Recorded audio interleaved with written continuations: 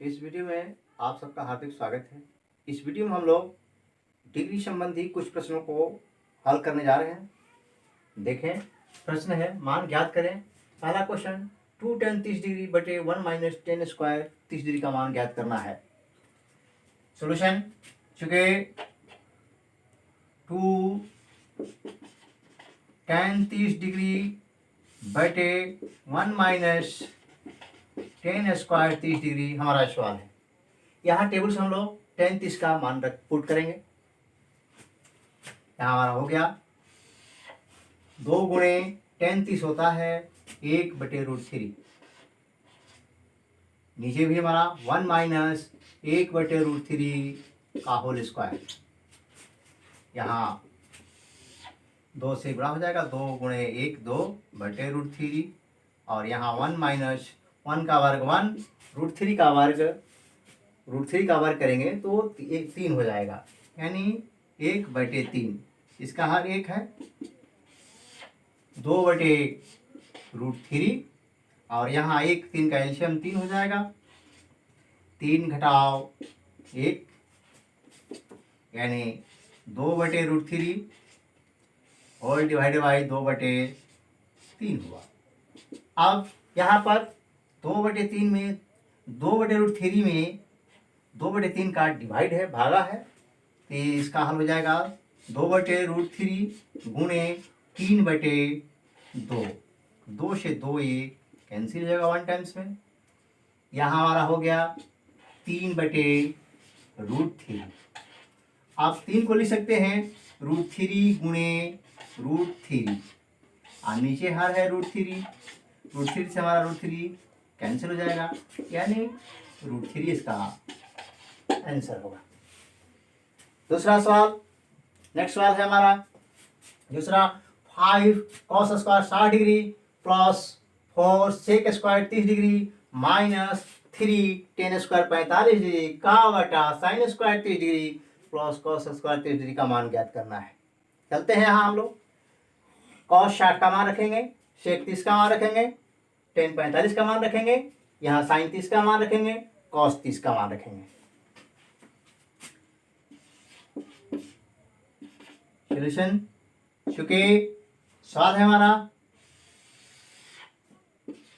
5 cos square 60 degree plus 4 sec square 30 degree minus 3 tan square 45 degree का बटा sin square 30 degree plus cos square 30 degree. यहाँ हम लोग मान पुट करते हैं। cos 60 5 गुणे 1/2 cos 60 होता है 1/2। 1/2 का होल स्क्वायर प्लस यहाँ 4 गुणे sec 30 मान होता है cos का उल्टा होता है, यानी 2/√3। 2/√3 का होल स्क्वायर घटाओ 3 गुणे 10 45 1 45 यानी 1 का वर्ग करेंगे। यहाँ sin 30 1/2 का होल स्क्वायर जोड़ cos 30 √3/2 होता है, इसका होल स्क्वायर रखेंगे। इसका हल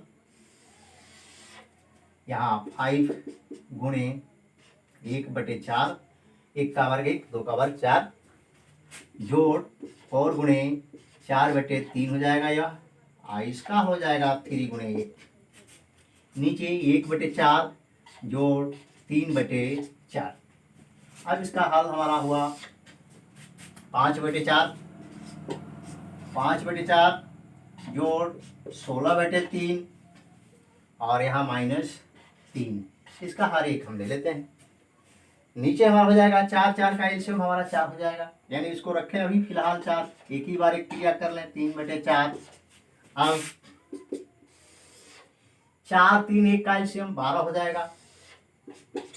4 3 1 का एलसीएम 12, 4 से 12 में भाग करें 3 आएगा, इसके 5 में अंश से गुणा कर देंगे, 5 3 15 जोड़ 3 से भाग करेंगे 4 भागफल आएगा, 16 का 64 घटाव 1 से भाग करेंगे 12 में, 12 आएगा, 12 यहीं 36। नीचे हमारा हल हो जाएगा 4, 1 जोड़ 3। अब हमारा इसका सोल्यूशन हो जाएगा, यहाँ इसको जोड़ लेंगे, ये हो जाएगा 79 घटाव 36 बटे 4/4। अब ये हो जाएगा, चलते हैं, चले यहाँ 79 घटाव 36 बटे 12 का बटा 4/4। अब ये 43/12 हो जाएगा, इसमें 4/4 का डिवाइड है तो उलट जाएगा, 4/4 हो गया, 4 एका 4, 4 तिया 12, यानी 43/12 हमारा इसका आंसर हुआ। चलते हैं अगले प्रश्न पर। तीसरा प्रश्न है, यदि tan a + b = √3 और tan a - b = 1/√3, जहाँ 0 degree less than a + b and less than and equal to 90 degree, यानी a + b का मान 0 से बड़ा है और वह 90 डिग्री के बराबर और 90 डिग्री से छोटा है, तो a तथा b का मान ज्ञात करें। If tan a + b = √3 and tan a - b = 1/√3, where theta less than equal to 1 + b and less than and equal to 90 degree, then find the value of a and b. Solution चलते हैं।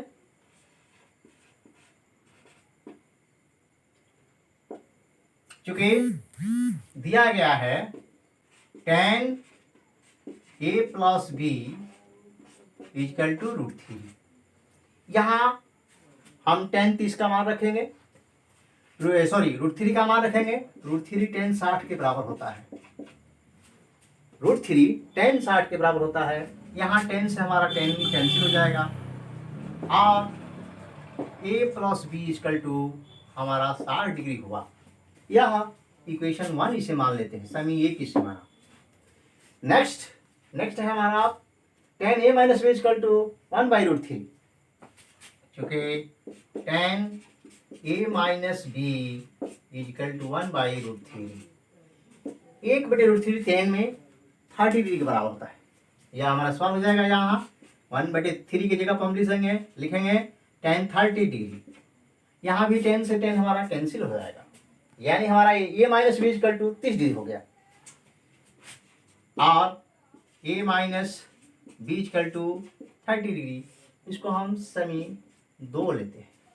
अब चलते हैं समी 1 और समी 2 से। यहाँ हम देखते हैं, यहाँ a + b = 60 है, यहाँ a - b = 30 डिग्री है। अब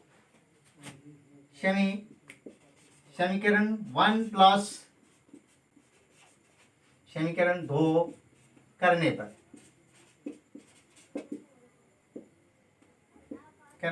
यानी a + b = 60 and a - b = 30 degree. इसका सॉल्यूशन a ± कट जाएगा, b ± कैंसिल हो जाएगा, 2a = 2a और 2a = हमारा हो जाएगा 90 डिग्री। इसको जोड़ देंगे, इसलिए a = 90 डिग्री बाई 2, यानी कट करके 45 डिग्री हो गया। हमारा ए का मान आ गया 45 डिग्री। आज चलते हैं शमी एक में ए का मान रखने पर, इसलिए चूंकि a + b यानी 45 डिग्री प्लस b = 60 डिग्री, इसलिए b = हो जाएगा 60 डिग्री घटाओ 45 डिग्री, 45 इधर जाकर के कट जाएगा। ये हमारा इसका आंसर हो गया 15 डिग्री। तो हम क्या निकालें, a = 45 डिग्री, b = 15 डिग्री, यानी a = 45 degree and b = 15 degree. यही हमारे आंसर हो गए। ओके, इसे नोट कर लें। अब यहाँ हम लोग थोड़ा सा जो डिग्री वाले मान हैं, यानी 0 degree, 30 degree, 45 degree, 60 degree, 90 degree, यानी 0 से 90 तक चलते हैं तो साइन थीटा के लिए मान, अब यहाँ हम लोग डिग्री वाले मान का आरोही क्रम अवरोही क्रम देखेंगे हम लोग। यानी साइन में जब चलते हैं, sine 0 degree, 30 degree, 40 degree, 45 degree, इस तरह का मान जो है किस क्रम में आ रहा है उसको ध्यान देना है। यहाँ हम देखते हैं पहले 0 डिग्री का मान होता है 0, साइन 0 0, साइन 30 का मान होता है 1/2 यानी 0.5, और साइन 45 का मान होता है 1/√2, इसका हल होता है 0.707। साइन 60 का मान होता है √3/2, √3 का मान होता है 0.732/2, इसका हल होगा 0.866, और साइन 90 का मान होता है 1।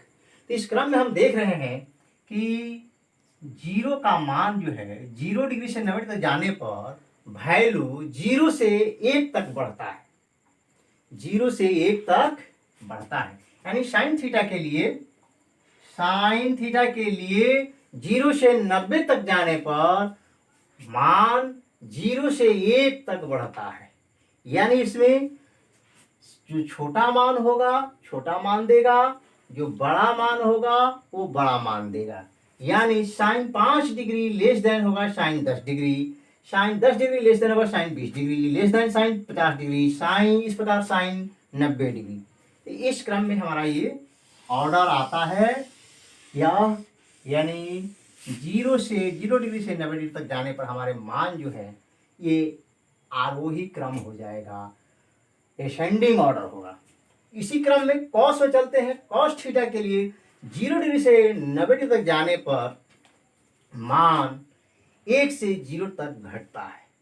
इसमें जो छोटा मान होगा वो बड़ा मान देगा, जो बड़ा मान होगा वो छोटा मान होगा। यानी कॉस 5 डिग्री ग्रेटर देन होगा कॉस 10 डिग्री, ग्रेटर देन होगा कॉस 20 डिग्री, ग्रेटर देन होगा कॉस 50 डिग्री, ग्रेटर देन होगा कॉस 80 डिग्री, और इसी क्रम में आगे बढ़ेंगे।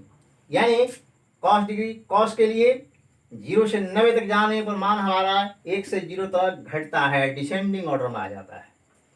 ये जो है आपका ये क्रम जो है डिसेंडिंग ऑर्डर का क्रम है।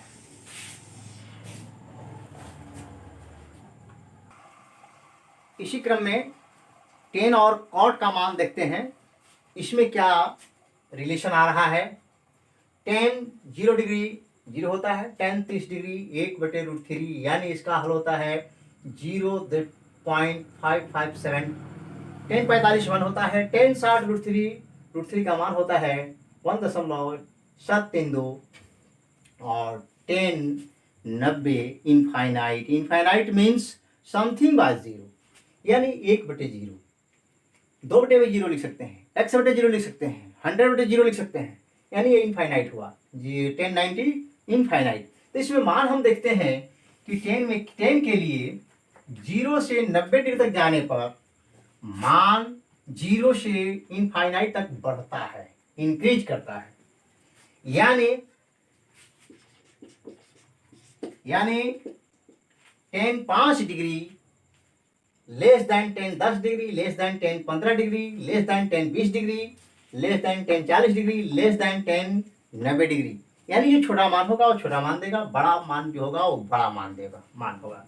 इसलिए ये जो है हमारा इंपॉर्टेंट पॉइंट हो जाता है। यानी 10 में इंक्रीजिंग ऑर्डर होता है। कॉट के लिए 0 से 90 तक जाने पर वही मान यहां हम देखते हैं कि इनफाइनाइट से 0 तक घटता है, डिक्रीज करता है। यानी यहां cot 5 degree greater than cot 10 degree, greater than cot 30 degree, greater than cot 50 degree. यानी जो छोटा मान होगा वो बड़ा मान देगा, जो बड़ा मान होगा वो छोटा मान होगा। यानी यह जो है यहाँ मान इनफाइनाइट से 0 तक घट रहा है, डिक्रीजिंग ऑर्डर में जा रहा है। ठीक है, इसके बाद हम लोग सेक और कॉसेक को देखेंगे। इसी क्रम में शेक और कॉसेक पर चलते हैं। शेक 0 का मान 1 होता है, शेक 30 का मान होता है 2/√3, जिसका हल हुआ 1.154। शेक 45 √2, इसका मान होगा हमारा 1.414, शेक 60 डिग्री तो होता है, शेक 90 इनफाइनाइट होता है। तो इस क्रम में हम देखते हैं कि मान 1 से लेकर के इनफाइनाइट तक ये बढ़ रहा है। यानी शेक थीटा के लिए शेक में चलते हैं तो 0 से 90 तक जाने पर मान जो है 1 से इनफाइनाइट तक बढ़ता है। यानी shake 5 degree less then shake 10 degree, less then shake 20 degree, less then shake 40 degree, less then shake 50 degree, इसी क्रम में। यानी जो छोटा मान होगा वो छोटा होगा, बड़ा मान होगा वो बड़ा होगा। और इसी प्रकार कॉसेक थीटा के लिए 0 से 90 तक जाने पर मान जो है इनफाइनाइट से 1 तक घटता है, डिक्रीज करता है। यानी यहाँ cosec 5 degree greater then cosec 10 degree, greater then cosec 20 degree, greater then cosec 45 degree, greater then cosec 50 degree, इसी क्रम में। यानी जो छोटा मान होगा वो बड़ा मान देगा और जो बड़ा होगा वो छोटा मान देगा। तो ये असेंडिंग ऑर्डर और डिसेंडिंग ऑर्डर हम लोग डिग्री वाले प्रश्न को देखे, और ऐसे ये बहुत ही इंपॉर्टेंट है। 1 नंबर के लिए सवाल इसमें से सेट होंगे, थोड़ा सा इस पर आप ध्यान देंगे, नोट कर लें, इसे नोट कर लें। अब अगले वीडियो में हम लोग अनुपूरक कोण पर चलेंगे, उस पर सूत्र कुछ है, सूत्रों को देखेंगे और उस पर आधारित प्रश्नों को हल करेंगे। ओके।